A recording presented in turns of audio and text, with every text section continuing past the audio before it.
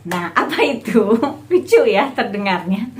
Tapi ini benar-benar trik tersendiri untuk mudah mengingat syarat dari kalimat efektif.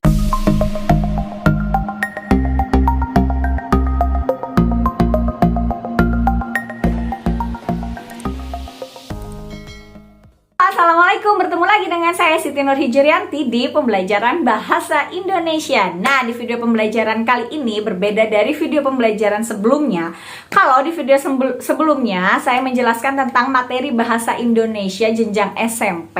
Nah, video kali ini saya akan menjelaskan materi umum bahasa Indonesia yang bisa kalian temui di jenjang manapun, bahkan dari jenjang SD, SMP, SMA, kuliah gitu ya, di berbagai tes SBMPTN, tes CPNS, tes psikotes, tes yang lain sebagainya. Nah, untuk kalian yang baru aja gabung, jangan lupa tekan tombol subscribe-nya dulu karena subscribe itu gratis, dan jangan lupa tekan tombol like-nya, tanda loncengnya agar kalian tidak ketinggalan video saya selanjutnya, dan jangan lupa juga share ke seluruh sosial media yang kalian punya. Video pembelajaran kali ini saya akan menjelaskan tentang materi kalimat efektif. Nah, kenapa sih saya memilih kalimat efektif untuk dijelaskan? Karena sebelumnya di akun Instagram saya, jangan lupa follow ya, @yantinurhijri, itu saya mengadakan polling untuk kalian para siswa gitu. Materi apa sih yang sekiranya menurut kalian masih sulit untuk dipahami? Di situ saya membuat pilihan kalimat efektif dan penggunaan tanda baca, dan ternyata hasilnya 88% memilih kalimat efektif. Untuk itu di video kali ini saya akan menjelaskan secara detail bagaimana kalimat efektif itu, syarat kalimat efektif, tujuannya kalimat efektif. Kenapa sih kita harus menggunakan kalimat efektif? Tujuannya apa? Tujuannya agar orang lain itu mudah memahami kalimat dengan tepat. Nah, kalimat ini bisa berbentuk lisan yang diucapkan ataupun tertulis. Itu tujuannya ya. Nah, definisi dari kalimat efektif adalah kalimat yang mengikuti kaidah kebahasaan bahasa Indonesia dengan baik dan benar. Nah, langsung aja kita ke syarat dari kalimat efektif. Agar kalian lebih mudah untuk mengingat syarat-syarat kalimat agar menjadi kalimat efektif nih, saya memiliki akronim atau singkatan yang memang agak nyeleneh, tapi ini bisa memudahkan kalian untuk mengingat syarat dari kalimat efektif. Apa dia akronimnya? Akronim dari kalimat efektif adalah Hello Dagu Para Bidan. Nah, apa itu? Lucu ya terdengarnya. Tapi ini benar-benar trik tersendiri untuk mudah mengingat syarat dari kalimat efektif. Kita dari kata hello dulu. Hello itu he-nya hemat, lo-nya logis, kemudian dagu ini tidak ambigu, yang ketiga ya, syarat yang ketiga.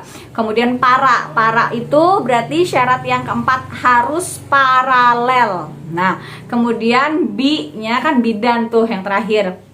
B-nya itu harus sesuai EBI atau ejaan bahasa Indonesia. Dan yang terakhir dannya ini memiliki kesepadanan. Nah, itu dia. Nah, sebuah kalimat akan efektif bila memiliki kehematan. Kehematan di sini artinya tidak boros. Jadi dalam satu kalimat itu tidak memiliki dua kata yang sama maknanya gitu. Contoh nih, langsung aja. Para siswa-siswa sedang mengerjakan soal ujian masuk perguruan tinggi. Nah, di situ kan ada para siswa-siswa. Para ini sudah memiliki arti banyak, sedangkan siswa-siswa juga sama memiliki arti banyak. Jadi itu tidak efektif karena terlalu boros untuk menjadi sebuah kalimat. Bagaimana efektifnya? Efektifnya pilih salah satu, gunakan para siswa atau siswa-siswanya saja tanpa kata para gitu. Syarat sebuah kalimat menjadi kalimat efektif yang kedua adalah logis, atau kalimat itu harus masuk akal, masuk ke dalam penalaran manusia. Contohnya langsung aja, misal ada dalam sebuah acara biasanya nih ya, yang sering kalian dengar, MC itu mengatakan kepada kepala sekolah, waktu dan tempat kami persilakan. Nah, itu tidak efektif karena tidak masuk akal mempersilakan waktu dan tempat yang merupakan benda mati.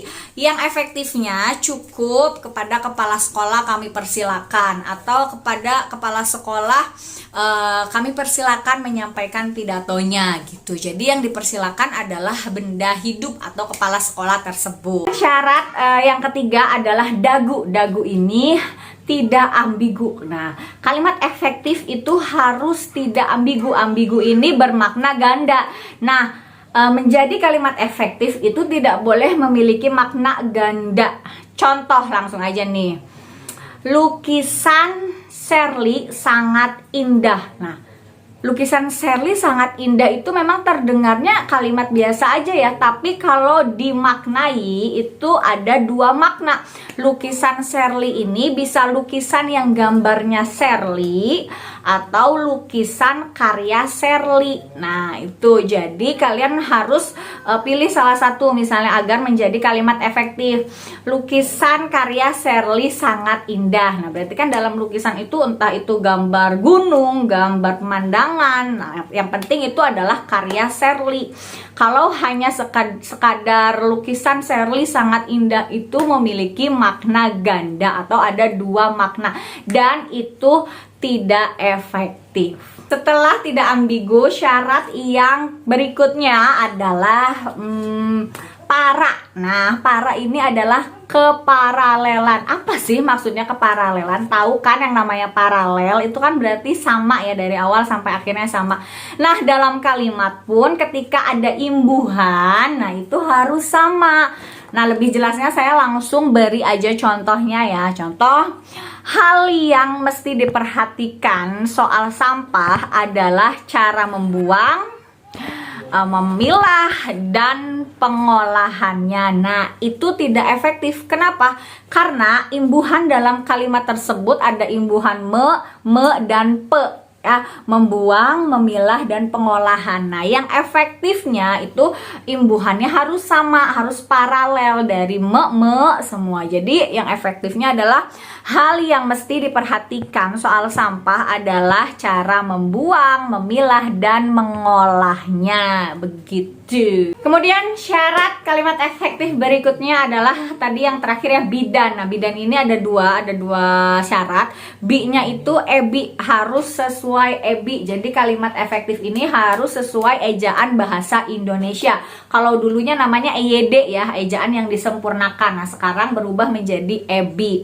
Nah, maksud dari kalimat efektif harus sesuai ebi itu bisa kalau secara tertulisnya tanda bacanya ini harus sesuai, di mana letak koma, di mana letak titik, di mana kalimat itu merupakan kalimat tanya berarti harus menggunakan tanda tanya. Nah, kalau misal secara lisannya gimana?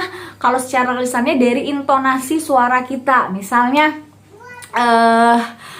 kalau misalnya ada yang bilang pakaian sudah dirapikan.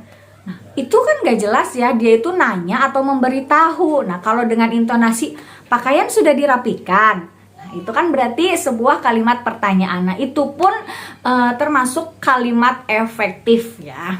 Nah, selanjutnya yang terakhir adalah dan, sepadan, kesepadanan. Kesepadanan di sini maksudnya gagasan dengan struktur kalimat itu harus berhubungan gitu ya. Yang pertama, kalimat ini memiliki subjek dan predikat yang jelas. Nah, langsung aja ke contohnya ya.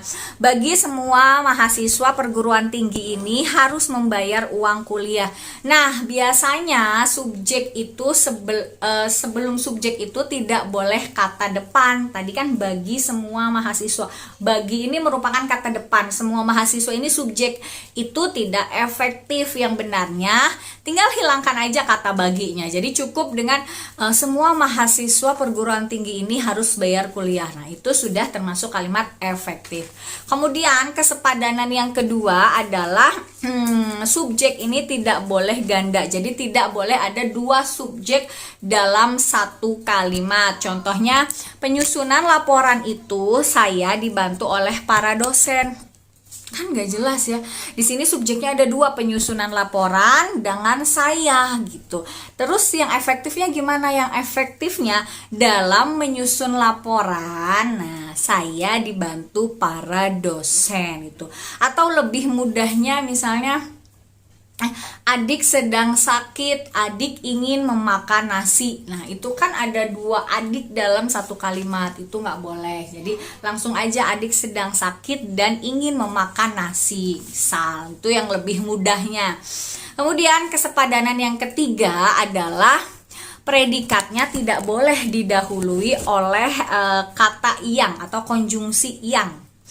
Contoh langsung aja nih biar gampang. Sekolah kami yang terletak di depan bioskop Surya. Nah, itu tidak efektif. Nah, terletak itu predikat ya atau kata kerja. Nah, itu tidak boleh didahului oleh kata yang. Jadi yang efektifnya cukup sekolah kami terletak di bioskop Surya gitu. Misalnya di dekat bioskop Surya, nggak usah ada kata yangnya. Oke, langsung aja kita ke contoh soal ya. Di sini perhatikan kalimat-kalimat di bawah ini. Kalimat 1, pemberian penghargaan dapat menstimulasi semangat berkarya pemuda. Kalimat 2, kurangnya apresiasi dapat mengakibatkan malasnya pemuda dalam berkarya. Kalimat 3, Aris menabung dengan tujuan ingin membeli mobil baru. Dan kalimat 4, Bu Ina menyeduhkan teh hangat yang sangat manis sekali ke dalam cangkir kami. Nah, kalimat tidak efektif ditunjukkan pada kalimat nomor. Jawaban A1, B2, C3, D4 yang betul adalah kalimat 4. Di situ Bu Ina menyeduhkan teh hangat yang sangat manis sekali, ada pemborosan kata ya. Sudah sangat ditambah dengan kata sekali, jadi sangat manis sekali itu tidak efektif. Selesai video pembelajaran dengan materi kalimat efektif kali ini. Semoga bermanfaat. Jangan lupa tekan tombol subscribe-nya untuk kalian yang baru gabung, dan tombol like-nya, kemudian tanda loncengnya agar kalian tidak ketinggalan video-video saya selanjutnya. Juga share ke seluruh sosial media yang kalian punya. Sampai jumpa. Wassalamualaikum.